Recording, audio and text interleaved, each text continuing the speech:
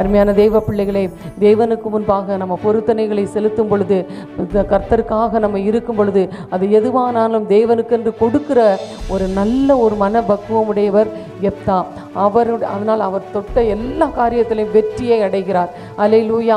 அப்போ பலத்த பராக்கிரமசாலியாகிய எப்தாவை போல நீங்கள் மக்களால் நிராகரிக்கப்பட்ட சூழ்நிலை இருந்தாலும் கர்த்தர் உங்களை உயர்த்துகிறவராக இருக்கிறார். கர்த்தர் உங்களை உயர்த்தும் பொழுது அவரிடத்தில் நீங்கள் என்ன பொருத்தனை பண்ணினாலும் திரும்ப யோசிக்காதீங்க.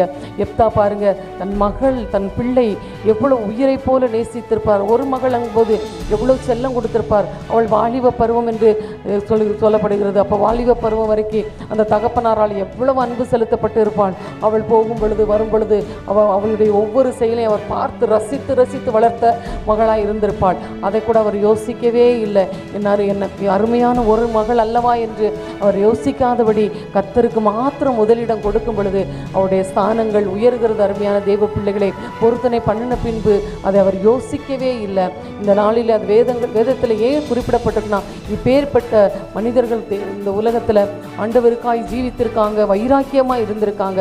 நாமளும் நம்முடைய வாழ்க்கையில் கர்த்தருக்கு பொருத்தனை செய்த பின்பு நீங்கள் சில வேளை ஏதாவது பொருத்தனைகள் பண்ணியிருக்கலாம். உங்கள் காரியம் வெற்றியாய் முடிவதற்கு, பிள்ளைங்களுடைய காரியம் வெற்றியாய் முடிவதற்கு, உங்களுக்கு ஏதாவது ஆண்டவரே இந்த காரியத்தை நீங்கள் ஜெயமாய் செய்து தர வேண்டும் என்று சொல்லி பொருத்தனைகள் செய்திருந்து அந்த பொருத்தனையை நிறைவேற்றாமல் நீங்கள் விட்டுறாதீங்க.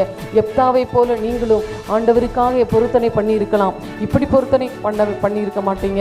நீங்கள் என்ன செய்வீங்க? தேவனுக்காக, ஆண்டவரே எனக்கு இந்த காரியம் வெற்றியாய் வர வேண்டும், நான் ஜெபிக்கிறேன், வேதம் வாசிக்கிறேன், காணிக்கைகள் கொடுக்கிறேன், அநேகருக்கு ஆத்தும ஆதாயம் பண்ணுவேன், ஊழியம் செய்வேன், இப்படி நிறைய பொருத்தனைகள் பண்ணியிருக்கலாம். அந்த பொருத்தனைகளெல்லாம் நீங்கள் செலுத்தின பின்பு, நீங்கள் பொருத்தனை செய்த பின்பு அது செய்யாமல் இருக்காதீங்க. பிரசங்கியில் சொல்லப்பட்டிருக்கிறது, பொருத்தனை செய்த பின்பு என்ன செய்யக்கூடாதான்? யோசிக்க கூடாது. பொருத்தனை செய்து என்ன செய்யணும்? அதை யோசிக்காமல் தேவ சமூகத்தில் என்ன செய்யணும்? அதை சொல்லி நீங்கள் ஜெபிக்கும் பொழுது, பொருத்தனையை நீங்கள் செலுத்தும் பொழுது கர்த்தர் உங்களை அங்கீகரிக்கிற தேவனாக இருக்கும்.